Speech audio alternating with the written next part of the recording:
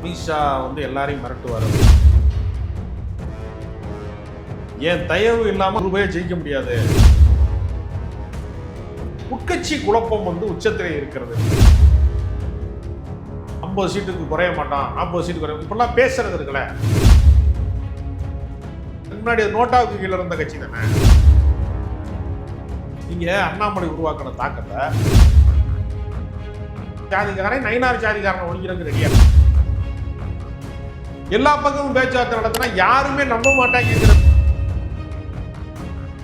அதிமுகவை அதிகமா போக்கஸ் பண்ணாம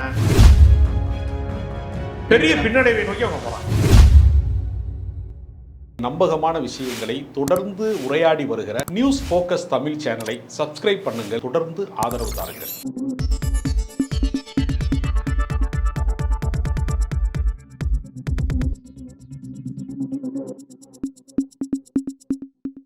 வணக்கம் சார். வணக்கம். தமிழக பாஜகவுக்குள்ள நடக்கக்கூடிய முக்கியமான அதிரடியான சில திருப்பங்கள். 15 ஆண்டுகளுக்கு மேலாக ஒரே அமைப்பு செயலாளராக கேசவ விநாயகம் தொடர்ந்தார். திடீர்னு நேற்று இரவு அவர் மாற்றப்பட்டிருக்கிறாரு. அதே மாதிரி அண்ணாமலையோட சம்மந்தப்பட்ட இந்த விஷயங்கள்லாம் பேசப்படுது. அண்ணாமலைக்கு மீண்டும் சில அவருக்கான சில முக்கியத்துவம் கொடுக்கப்படுவதற்கான வாய்ப்புகள் போயிட்டுருக்கு அப்படின்னு சொல்லப்படுது. நிறைய விஷயங்கள் தமிழக பாஜகவில் இந்த தேர்தல் ஒட்டி நடந்துட்டுருக்கு. அமித்ஷா வர இருக்கிறார். இன்னும் 4 நாட்கள் அமித்ஷா வர இருக்கிறாரு. இதை ஒட்டி தான் அவ்வளோ மாற்றம்னு சொல்லப்படுது. நீங்கள் இதை எப்படி பார்க்குறீங்க?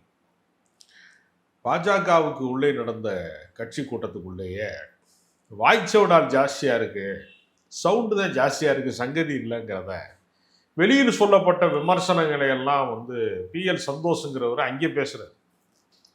அதே மாதிரி பார்த்தீங்கன்னா அண்ணாமலை கேட்குறாரு, என்ன காரணத்துக்கு என்னை தொகுதி பொறுப்பாளராக சம்மந்தமில்லாத இடத்துல, ஏன்னா மதுரை தெற்குக்கு எனக்கு என்ன சம்மந்தம், குங்கு மண்டலத்திலேயாவது எனக்கு ஆளுக இருக்கான், சம்மந்தமே இல்லாமல் எதுக்கு என்னை கொண்டு அங்கே தொகுதி பொறுப்பாளராக போடுறீங்க அப்படின்னு கேட்கறதோட நிறுத்தாம என்ன வியூகம் வைத்திருக்கிறீர்கள், திமுகவை வெல்றதுட்ட உங்களுக்கு என்ன சங்கதி இருக்கு, ஏதாவது இருக்கா இல்லையா போல அப்படிங்கிறதெல்லாம் ஒரு விமர்சனமாக அவர்கள் முன்வைக்கிறார். அது உண்மையிலேயே சொல்ல போனா இப்போ சமீபத்தில் அறிவித்த ஒன்றிய அரசினுடைய பட்ஜெட்டில் கூட ஒரு மிகப்பெரிய முட்டையைத்தான் கொடுத்தாங்க, 0 தான் கொடுத்தாங்க. இன்னொன்று என்ன பட்ஜெட்டில் கொடுத்தாங்கன்னு தமிழ்நாடு முழுக்க போஸ்ட் ஓட்டியிருக்காங்க.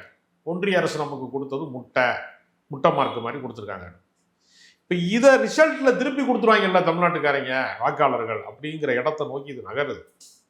அதனால் அவர்கள் சுய விமர்சனம் செய்து கொள்வதை போல தோற்றம் அளித்தானா உட்கட்சி குழப்பம் உச்சத்திலே இருக்கிறது என்பதுதான் அதில் உண்மை. இல்லைன்னா கேசவ விநாயகத்தை எதுக்கு அவங்க தூக்குறாங்கன்னா அவர் மேலே பல குற்றச்சாட்டுகள், பல வகையான இதெல்லாம் தொடர்ந்து பாலியல் புகாரில் இருந்து பொருளாதார புகாரில் இருந்து பல புகார்கள் அங்கே உள்ள ஓடிக்கிட்டே இருக்கு. அது வெளியில் சொல்ல முடியாமல் மறைச்சு வச்சாங்க. இதுக்கு மேலேயும் மறைச்சோம்னா இது விளங்காமல் போயிடும், கட்சி விளங்காமல் போயிடுங்கிற ஒரு கட்டத்துக்கு மேலே, தலைக்கு மேலே வெள்ளம் போனால் ஜானெண்ண மூலம் என்னங்கிற கட்டம் வரும்போது தான் அவரை அப்புறப்படுத்துகிறாங்க. அப்போ இது மாதிரியான நடவடிக்கைகளில் நீங்கள் என்டிஏ கூட்டணிக்கு ஆவலாக வரக்கூடிய இடத்துல எந்த கட்சி இருக்கிறாங்க அப்படின்னு ஒரு கேள்வி இருக்குல்ல. நீங்கள் வழக்கில் சிக்காதவர்கள் யாராவது வருகிறார்களா அப்படின்னு ஒன்று இருக்கலாம். சிபிஐ வழக்கு இல்லாதவங்க, வேறு வழக்கு இல்லாதவங்க, அமலாக்கத்துறையினுடைய இடி கேஸ் இல்லாதவங்க, அப்படி யாராவது வர்றதுக்கு இப்போ நீங்கள் தேமுதிகவை எடுத்துக்கங்க. அந்த கட்சி எங்கே போக போகுதுங்கிறத ஏதோ ஒரு மர்ம கதையினுடைய முடிச்சு அவிழ்க்கப்படாமல் வச்சிருக்கிற மாதிரியே வச்சிருக்கிறாங்க. உண்மையிலேயே என்ன காரணம் அப்படின்னு பார்த்தா எல்லா பக்கமும் பேச்சுவார்த்தை நடத்துறாரு. எல்லா பக்கமும் பேச்சுவார்த்தை நடத்தினா யாருமே நம்ப மாட்டாங்கிற விவரமே தெரியல. எப்படி நம்புவாங்க அதை? அதனால தேமுதிகவில் அதே மாதிரி ராமதாஸ் அவர் ஒரு தனி பிரிவாக இருக்கிறாரு. ஜானி ஜேனின்னு அந்த காலத்தில் அதிமுக வச்சிருந்தது மாதிரி இப்போ 2 அணியாக இருக்கு. அவர் திமுக கதவை தட்டி கொண்டே இருக்கிறாரு. திருமாவளவன் கூட்டணி விட்டு நான் வெளியில போயிடுவேன்னு சொல்றாரு. அப்படிங்கிறதுனால அவரை திமுக நிறுத்தி வைத்திருக்காங்க. அப்ப திமுக கதவை தான் தட்டுறாங்களே தவிர தேமுதிக மாதிரி கட்சிகள் முதன்மையாக என்டிஏ கூட்டணியை முதன்மை சக்தியா அவங்க கருதல. அதனால ஒரு மாநில தேர்தலை எப்படி எதிர்கொள்ளணுங்கிறது பாஜகவை பொறுத்தவரையில தமிழ்நாட்டை கையாளுவது அப்படிங்கிறது ரொம்ப சிரமமானதாக தான் அவங்களுக்கு இருக்கு. அவங்களுக்கு எதுவுமே சாதகமா இல்லை. அவங்களுடைய வழக்கமான வித்தைகள் எதுவுமே தமிழ்நாட்டில் ஒரு தோற்றம் அளிக்குது படிக்கிற மாதிரி. ஆனால் அது நடக்கலை. 11% வாக்கு வங்கியை பாஜகவுக்கு பெற்றுக் கொடுத்தவர் உருவாக்கி கொடுத்தவர் அண்ணாமலை தான் அப்படின்னு சொன்னாலும் ஒரு கூட்டணி கட்சிகள் வழியான சதவீதம்லாம் சேர்த்து ஒரு 18% வரைக்கும்லாம் அவங்க சொன்னாலும் அவங்க இப்போ வந்து பெரிய எதிர்பார்ப்புக்குரியவர்களாக தங்களை தாங்களே கருதி கொள்றாங்க. ஏன் நாங்கள் பழைய மாதிரி சீட்டு வாங்க முடியாது, எங்களுக்கு வந்து 41 சீட்டு வேணும், 50 சீட்டு வேணும், 60 சீட்டு வேணும்னு ஒரு ஆளுக்கால் பேசுகிறாங்க. ஆனால் வெற்றிக்கான வாய்ப்பு இருக்கிறதா இல்லையா, வெற்றிக்கான வியூகம் இருக்கிறதா இல்லையா, இதையெல்லாம் வந்து ஆராயாமல் நீங்கள் வந்து கட்சி மேலிட பொறுப்பாளர்களை மட்டுமே தாஜா பண்ணிக்கிட்டே இருக்கு. இது வந்து தேசிய கட்சிகளுக்கு ஒரு சாபக்கட்டு என்னன்னா, ஒரு தலைவர் அவங்க வளர்த்தெடுப்பாங்க, ஃபாலோவர்ஸ் அவங்களுக்கு வந்துக்கிட்டே இருப்பாங்க, டப்புன்னு அவர் இனிமேல் தலைவர் இல்லைம்பாங்க. இப்போ நீ இவ்வளோ நாளாக கும்பிட்டுக்கிட்டு இருக்கிற சாமி வந்து நீ சாமி கிடையாது, ஜலதானி அப்படின்னு எப்படி இருக்கும், பக்தன் பரிதவிப்பானா இல்லையா, அடுத்த ஆளை தலைவராக்கிடுவாங்க. அடுத்த ஆளை தலைவராக்கும் போது பழைய ஆளுங்க அங்கே போகிறப்ப நம்பகத்தன்மை, அவன் ஏதாவது நம்மளை வேவு பார்க்க வர்றானான்ற மாதிரியே எதிர்கட்சிக்காரன் மாதிரியே தான் பார்ப்பாங்க. உள்ளுக்குள்ளே இருப்பான், கட்சிக்காரனை பார்க்க மாட்டாங்க. அந்த மாதிரி தான் இப்போ அண்ணாமலைக்கு நைனா நகர். ஆமாம், அதில் ஒன்றும் சந்தேகமே கிடையாது. அண்ணாமலையால் உருவாக்கப்பட்ட நிர்வாகிகள், அண்ணாமலையால் வந்து பொறுப்பு வாங்கப்பட்டவர்கள், அண்ணாமலைக்கு நம்பிக்கை, அவங்க பூராமே நயினாரை நெருங்கும் போது என்ன நம்பகத்தன்மை வரும்? நம்பகத்தன்மை வராது. இது தேசிய கட்சிகளுக்கான ஒரு பெரிய சாபக்கேடு. இப்போ இது கூட இன்னொரு விஷயம் சொல்லப்படுது. இப்போ அண்ணாமலை வந்து அவருடைய காலகட்டத்தில் நிறைய வார் ரூம்ஸ் ஆரம்பித்து பல தலைவர்களை காலி பண்ணிட்டு இருந்தார் அப்படின்ற மாதிரி விஷயங்கள். நயினார் வந்த உடனே ஃபர்ஸ்ட் அந்த வார் ரூம் தான் ஒழிச்சாரு, அந்த வார் ரூமே இருக்கக்கூடாது அப்படின்னு தான் ஒழிச்சாருன்னு சொன்னாங்க. இப்போ இதுவே வந்து 2 பேருக்குமான பிரச்சனை அதிகமாகிடுச்சு அப்படின்னு சொல்லப்படுது. இந்த விஷயத்தெல்லாம் எப்படி? இல்லை, அதாவது பாஜகவை பொறுத்தவரையில் அவங்க வந்து சோசியல் இன்ஜினியரிங்கை நம்புறவங்க வட மாநிலங்களில். இங்கேயும் என்ன செய்வாங்கன்னா, சாதி ரீதியாக அணி திரட்டுவது அப்படின்னு ஒரு அரசியல் இருக்குல்ல, அந்த அரசியலை தான் அவங்க வந்து இங்கே தமிழ்நாட்டில் கையில் எடுக்க பார்க்குறாங்க. அதனால தான் அவங்க என்ன நினச்சாங்கன்னா, இலகணேசனை காமிச்சு எச்ராஜாவை காமிச்சோன்னா இது வந்து பிராமின் பார்ட்டி, இது பாரதிய ஜனதா இல்லை பார்ப்பன ஜனதா பார்ட்டின்னு கண்டுபிடிச்சிடுறாங்க அப்படின்ட்டு தான் அவங்க வந்து என்ன செஞ்சாங்க, ஒரு பொன் ராதாகிருஷ்ணன், தமிழிசை சவுந்தரராஜன் அந்த மாதிரியான இடைநிலை சாதியை நோக்கி அந்த பொறுப்பை நகர்த்துறாங்க. அப்போ நாடார் சமூகத்தில் ஒரு கணிசமான வாக்கு வங்கியை இதன் வழியாக, ஏற்கனவே மண்டைக்காடு கலவரத்தில் ஏற்பட்ட பிரச்சனையில் அது கன்னியாகுமரி மாவட்டம் இல்லை கன்னிமேரி மாவட்டம்லாம் அவங்க ஏற்கனவே இந்து முன்னணி பிரச்சாரம் செஞ்சதுனால அவங்களுக்கு அங்கே ஒரு அடித்தளம் இருக்கிறது. அதை பயன்படுத்தி கொண்டு அவங்க அங்கே வந்தாங்க. அதே மாதிரி கோயம்புத்தூர் கலவரத்தை மையமாக வைத்து அந்த கோபத்தில் மக்கள் என்ன செஞ்சாங்கன்னா பிஜேபிக்கு ஓட்டு போடுறான் அப்படிங்கிறதுனால அங்கே ஒரு கொங்கு மண்டலத்தில் அவங்களுக்கு இது 2 தான் அவங்களுக்கு அடிப்படை. எங்கு சமூக நல்லிணக்கம் நிலவுகிறதோ, அமைதி நிலவுகிறதோ, அங்கே பாஜகவுக்கு வேலை இல்லை. நீங்கள் 2 பேரும் அடிச்சுக்கிட்டா தான் போலீஸ் ஸ்டேஷன் போகணும், கோர்ட்டுக்கு போகணும். பாஜகங்கிறது ஏறத்தாழ சமூக சிக்கல் எங்கே இருக்கோ அங்கே தான் அந்த கட்சிக்கு வேலை, இல்லைன்னா அந்த கட்சிக்கு வேலை கிடையாது. நீங்கள் வக்கீல்கிட்ட சாதாரண சொத்து சண்டை இல்லைன்னா வக்கீல் யார் பார்க்க போகிறா, வயிற்று வலிக்கு இல்லைன்னா டாக்டரை யார் பார்க்க போகிறா, அது மாதிரி தான் அந்த கட்சி.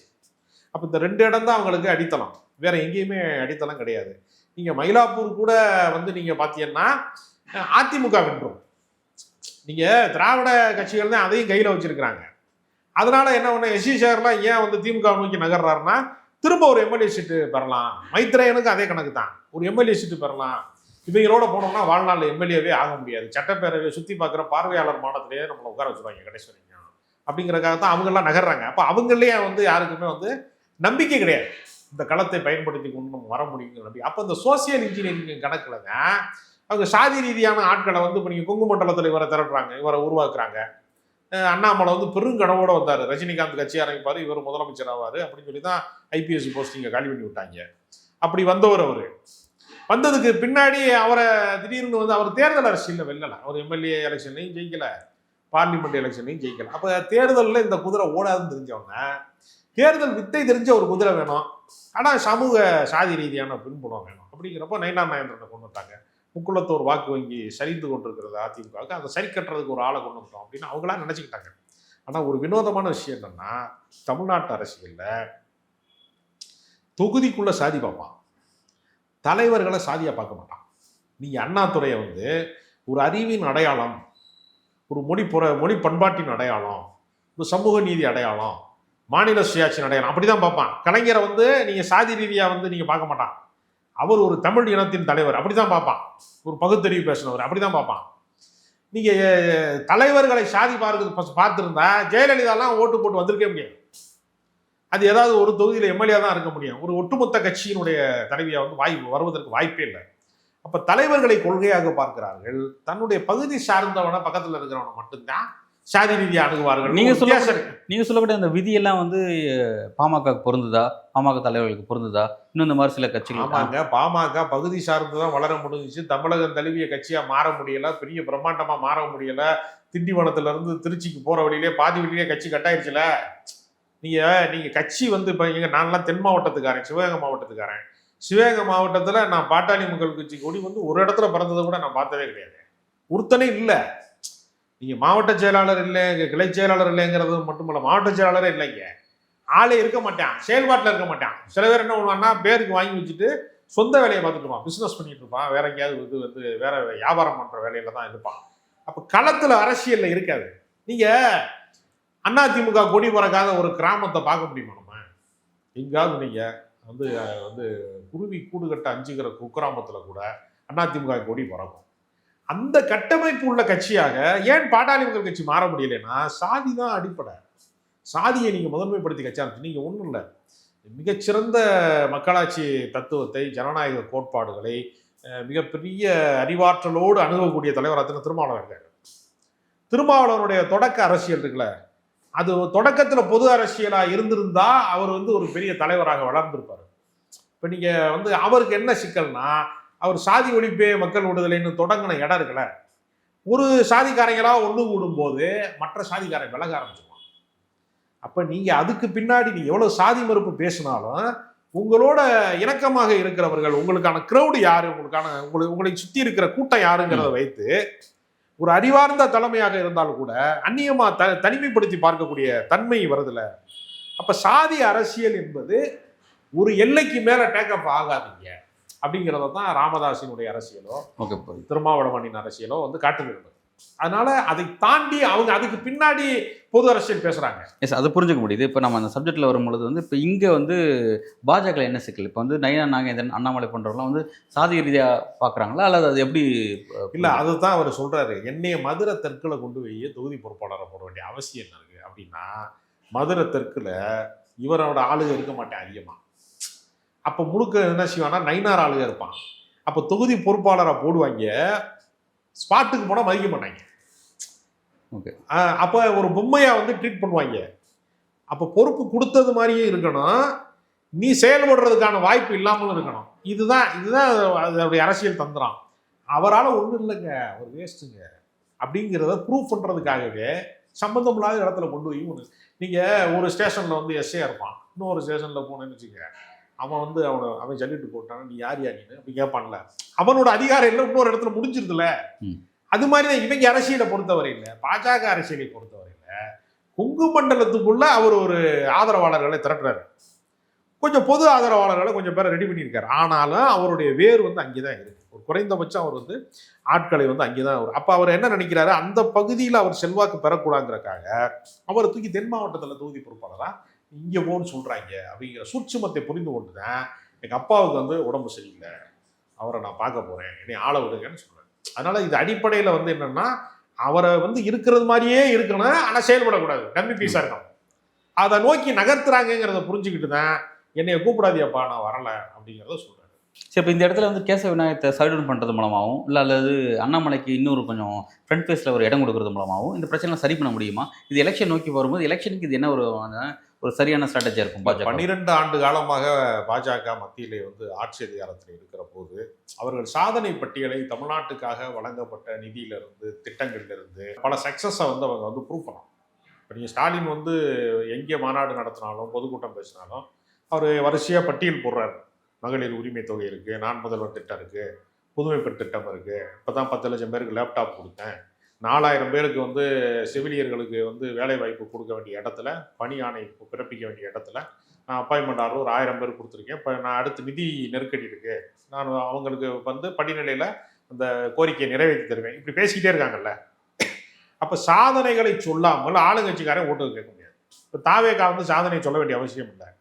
ஏன்னா அதிகாரத்துக்கு போகாத கட்சி கனவு திட்டம் தான். வீட்டுக்கு ஒருத்தனுக்கு கார் கொடுப்பேன், வீட்டுக்கு ஒருத்தனுக்கு கப்பல் வாங்கி கொடுப்பேன், விமானம் வாங்கி கொடுப்பேன்னு கூட சொல்லலாம். ஏன்னா அவங்க களத்தில் கிடையாது, கையெழுத்து போடுற இடத்துல கிடையாது. இவங்க அப்படி இல்லை. இவங்க கோரிக்கையை என்னென்ன தேர்தலில் நீங்கள் அறிக்கை சொன்னீங்களோ எத்தனை நிறைவேற்றினீங்கன்னு பட்டியல் கேட்குறாங்கல்ல. எதிர்கட்சி விமர்சனம் செய்கிறாங்கல்ல, ஏன் நீங்கள் இதை செய்யலைன்னு கேட்குறாங்கல்ல, ஏன் ஆசிரியர்களை இடைநிலை ஆசிரியர்களை தெருவில் விட்டியன்னு கேட்குறாங்கல்ல. ஏன் கேட்குறாங்கன்னா அவங்க உங்கள் பிரச்சனையை நாங்கள் தீர்த்து வைப்போம்னு வாக்குறுதி கொடுத்ததுனால தான் கேட்குறாங்க. அதனால இவர்கள் ஆளுங்கட்சியாக மத்தியில இருந்து நான் எய்ம்ஸ் மருத்துவமனையை திறந்து வச்சேன், வெள்ள நிவாரணத்துக்கான நிதியை கொடுத்தேன், மெட்ரோ பணிக்கு வந்து நிதி கொடுத்தேன், எல்லாத்தையுமே தமிழ்நாட்டுக்காக நாங்க இவ்வளவு செஞ்சிருக்கிறோம், நாங்க தேசிய கல்விக் கொள்கையில் இவ்வளவு கொடுத்தேன், இந்த பட்டியலை சொன்னா பயனாளிகள் நன்றி பாராட்டுகிற விதமாக ஓட்டு போடுவாங்க.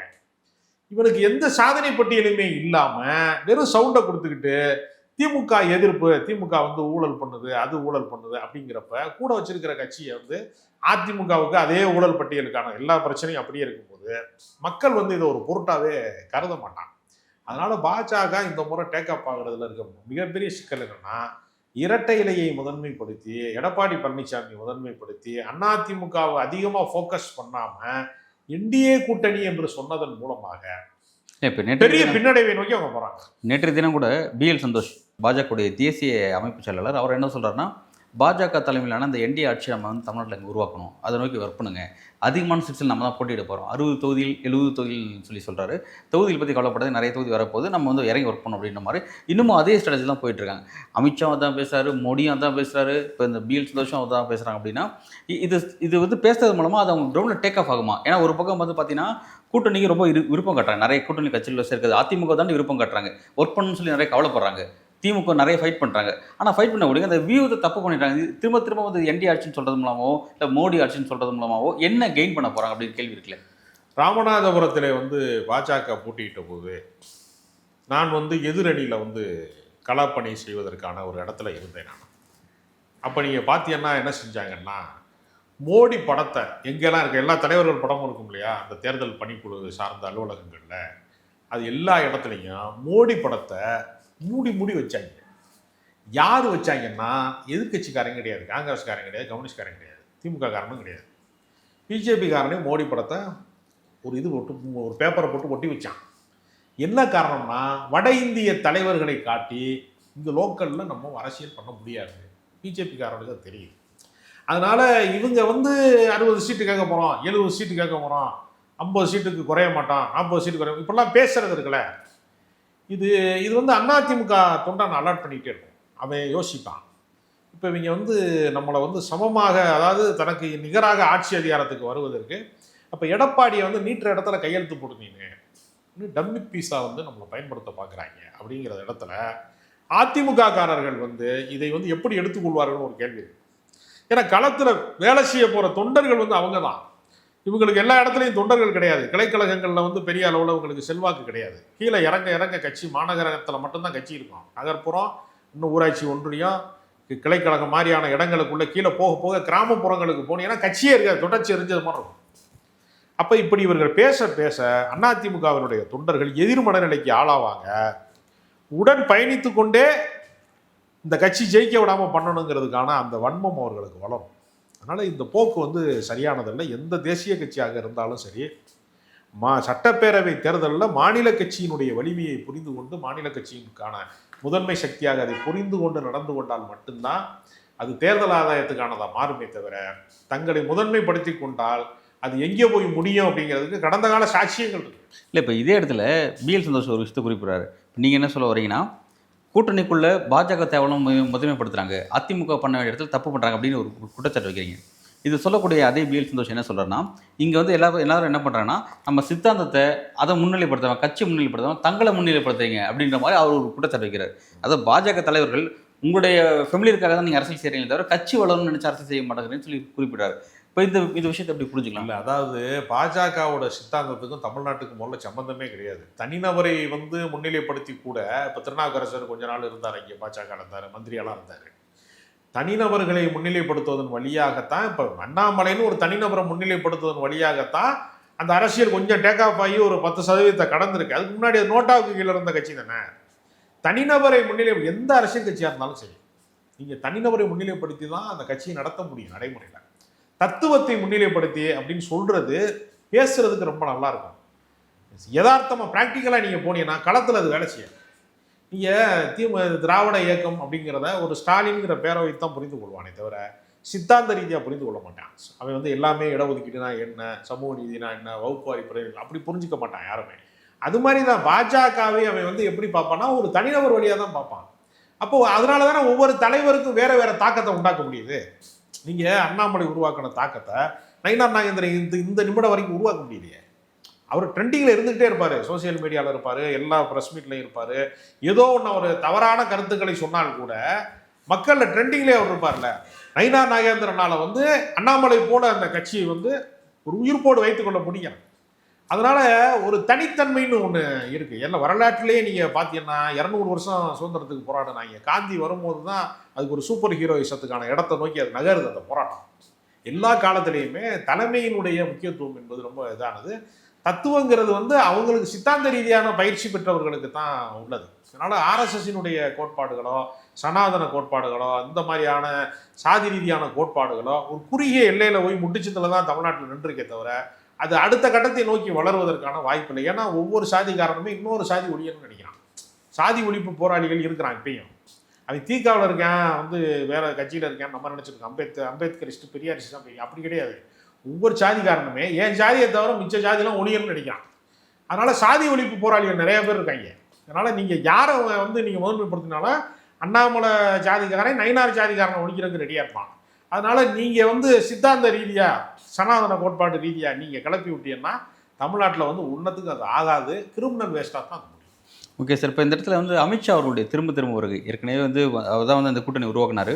இப்போ இடையில 2-3 முறை வந்து போனார். அப்புறம் வந்து இப்போ ரீசெண்டாக மோடி வந்து போனார். என்டிஏ மேடை உருவாக்கப்பட்டுச்சு. இப்போ திரும்பவும் வந்து அமித்ஷா வர இருக்கிறாரு. இன்னும் 4 நாட்களில் வர இருக்கிறாரு. தேமுதிக உள்ளே கொண்டு வரதுக்கான வேலைகள் மும்முரமாக எடுத்துகிட்டு இருக்கான்னு சொல்கிறாங்க. இன்னும் கொஞ்சம் அதை ஸ்டேபிள் பண்ணலாம், இன்னும் கொஞ்சம் விரிவுபடுத்தலாம் அப்படின்ற மாதிரி பார்க்குறாங்க. என்டிஏவோட விரிவாக்கம், அமித்ஷாவோட வருகை, இதெல்லாம் எப்படி பார்க்குறீங்க? இல்லைங்க, அதாவது அமித்ஷா வந்து எல்லாரையும் மிரட்டுவார் அப்படின்னு உலகத்துக்கே தெரியும். அவர் மிரட்டி யாரையோ வந்து கட்சியில் சேர்த்துருக்காரு, பல பேரை வந்து பல வழக்குகளை போட்டிருக்காரு அப்படிலாம் சொல்லுவாங்கல்ல. கிருஷ்ணசாமி சொல்கிறாரு, ஏன் தயவு இல்லாமல் ராமநாதபுரம் முதுகுளத்தூர் பக்கம் ஒரு ரூபாயை ஜெயிக்க முடியாது, பார்த்துருவோமா அப்படின்னு கிருஷ்ணசாமி கேட்குறாரு. இப்போ கிருஷ்ணசாமி யாரை மிரட்டுறாரு? கிருஷ்ணசாமி திமுக மிரட்ட வாய்ப்பு இல்லை. ஏன்னா அந்த கூட்டணியில் அவர் இல்லை, அவரோட பேச்சுவார்த்தையில் இல்லை. அவர் திருமாவளவன் இருக்கிற அணிக்குள்ளே அவர் வரமாட்டார். அவர் எதிர் அணியை தான் எப்பவுமே தேர்வு செய்வார். அவர் என்டிஏ கூட்டணியினுடைய ஒரு தொடர்ச்சி தான் அவர். இல்லை, அவர் வெளியே தான் இருக்கிறப்ப. இப்போ வெளியில் இருக்கிறதா சொல்லிக்கிடுவாங்கங்க. அது எதுக்குன்னா அது ஒரு சும்மா ஒரு இதை மெயின்டைன் பண்ண கெத்து மெயின்டைன் பண்ணுறதுக்காக சொல்கிறாரு. அவர் எந்த கூட்டணியில் இருக்காரு சொல்லுங்க? தனியாக இருக்காரு. விஜய் கூட போகவும் தயாராக இருக்காரு, என்டிஏ வரவும் தயாராக கிடையாது. எப்போவுமே இங்கே எப்படி தெரியுமா, தமிழ்நாட்டு அரசியலை பொறுத்தவரையில் அரசியல் அதிகார போதைக்கு விஜய் ஒரு ஊறுகாயை தொட்டுக்கிறாங்க எல்லா கட்சியிலையுமே. யாருமே விஜய் பக்கம் போகணும்னா டிடிவி தினகரன் வந்து வீரமா சொன்னாப்ல, தாவேகா பக்கம் போகிறதுக்கு எங்களுக்கு கதவு திறந்துருக்குன்னு சொன்னார்ல. கதவு திறந்துருக்கானா யாருமே போறீங்க. போக நினைச்சா டெல்லி உடனே வந்துடுது, டெல்லி பாஜக வந்து தடுத்துறாங்கன்னு சொல்லி செங்கோட்டையன் சொல்றாரு. அது சும்மா சொல்றது. போக வேண்டும் என்கிற மன உறுதியோட வைராக்கியத்தோட இருந்தா போயிடுவாங்க. அது யார் டெல்லி வருது அது வருதாங்கிறதுலாம் அவங்களுக்கு இல்லை. அவங்களுக்கு நிலைப்பாடு என்னன்னா, விஜயை சும்மா வந்து ஒரு இதை வந்து என்னை மதுரையில் கேட்டாங்கன்னு சில கல்யாணம் ஆன முன்னாடி புருஷன்ட்ட செலவிடுமோ சொல்லுவாங்க. அத்தனை இடத்துல கேட்டவங்க எதுக்கு இங்கே சம்மந்தம் பண்ணாங்கன்னா வேற வழி இல்லாமல் தான் சம்மந்தம் பண்ணாங்க. அது மாதிரி தான் இதுவும் சொல்லிக்கலாம். நாங்கள் யார் தெரியுமா, நாங்கள்லாம் எவ்வளோ பெரிய ஆள் தெரியுமா, ஆண்ட பரம்பரைங்கிறாங்க. இல்லை, இப்போ வேலை வாய்ப்பு இல்லாமல் இருப்பான். இப்போதைக்கு அவனுக்கு வந்து கடன் கட்ட இஎம்ஐ கட்ட முடியாத பரம்பரையாக இருப்பான். ஆனால் ஆண்ட பரம்பரைன்னு நம்புவான்ல, அது மாதிரி தான் இது. இப்போ எல்லாருமே வந்து என்னென்னா நாங்கள் உங்களை இது விஜயை காமிப்பாங்க. ஆனால் களத்தில் யாருமே விஜய் பக்கம் போக மாட்டாங்க. அதனால் கிருஷ்ணசாமி ஒரு மிரட்டலை விட்டு பார்க்குறாரு. தேமுதிக வந்து எனக்கு ராஜ்யசபா கொடுக்காம அதிமுகவில் ஏமாற்றிட்டாங்க, நான் வருவேனா அப்படின்னு தேர்தல் எலெக்ஷன் கமிஷனர் கூட அறிவிச்சிருவான் போல இருக்குது. தேர்தலை பிரேமலதா அறிவிக்க மாட்டேங்கிறாப்புல. யார் கூட கூட்டணி உலகமே எதிர்பார்த்துருக்கு. ட்ரம்ப் கூட மிரல்றாப்புல தேமுதிகவை பார்த்து. பிரேமலதா வந்து நல்ல வேலை தமிழ்நாட்டில் பிறந்துருச்சு, குடியாத்த பக்கம் பிறந்துருச்சு, இந்த பக்கம் வந்தால் ட்ரம்ப் காலியாக இருப்பாப்புல அப்படிலாம் இவங்களாம் பேசிக்கிறாங்க. ஆனால் உண்மையா இல்லையான்னு பார்த்தா உண்மையிலே ஒன்றுமே இல்லை. இந்த கட்சியோட நிலைமை என்னன்னா, 2005 தொடங்கி 2006 எலெக்ஷனில் அவங்க அட்டன் பண்ணி 8.7% 10% வளர்ச்சி அடைஞ்சு அதிமுகவோட அந்த கூட்டணியோட அவங்களுடைய அது வந்து முடிஞ்சிருச்சு. தேமுதிக அந்த வேற அரசியலுடைய உச்சம் வந்து அவர் எதிர்க்கட்சி தலைவர் ஆனதுதான். மறுபடியும் சரக்குன்னு மக்கள் நல கூட்டணியில் இறங்குச்சு, 2.4 தான் இறங்குச்சு. இப்போ அவங்களுடைய சதவீத கணக்கு கேட்டால் ரொம்ப பரிதாபமாக இருக்கும். 1% கூட கிடையாது தேமுதிக, 0.5%, 0.4.5ங்கிறாங்க. ஏதோ 0.5% கூட கிடையாது. இந்த நிலைமையில இருக்கும்போதே நான் யார் தெரியுமா, நான் பிரிட்டிஷ் பேரரசு தெரியுமா, நான் எவ்வளோ பெரிய மகாராணி தெரியுமா, எத்தனை படையெடுப்பு நடத்திருக்கேன் தெரியுமா, வீரமங்கை வேலுநாச்சியாரும் ஜான்சி ராணி சேர்ந்து பிறந்த அர்த்தம் பிரேமலதா ஆக முடியும் தெரியுமான்ற மாதிரியே பில்டம் கொடுக்குறாங்க. ஆனால் உண்மை என்னன்னா மறைமுகமாக கெஞ்சிட்டு இருக்காங்க, ராஜ்யசபா கொடுத்துருங்க எங்களுக்கு எப்படியா இந்த கட்சி. இந்த கட்சியில் இந்த தேர்தலை தேமுதிக சரியாக கையாள தவறிவிட்டால் கட்சி காணாம போயிடும். கடலுக்கு அடியில் போயிடும். அதனால் ரொம்ப கவனமாக கையாள வேண்டியது. அவங்களுக்கு ஒரே ஒரு ஆப்ஷன் வந்து திமுக கூட்டணியில் இருந்து வெற்றி பெறுவதான் அவங்களுக்கு இருக்கிற ஒரே ஆப்ஷன். வேறு வாய்ப்பே இல்லை. மறுபடியும் என்டிஏ கூட்டணிக்கு போனால் செலவு காசு கொடுப்பாங்க, தேர்தல் சுற்றுப்பயணங்கள்லாம் மேற்கொள்ளலாம்.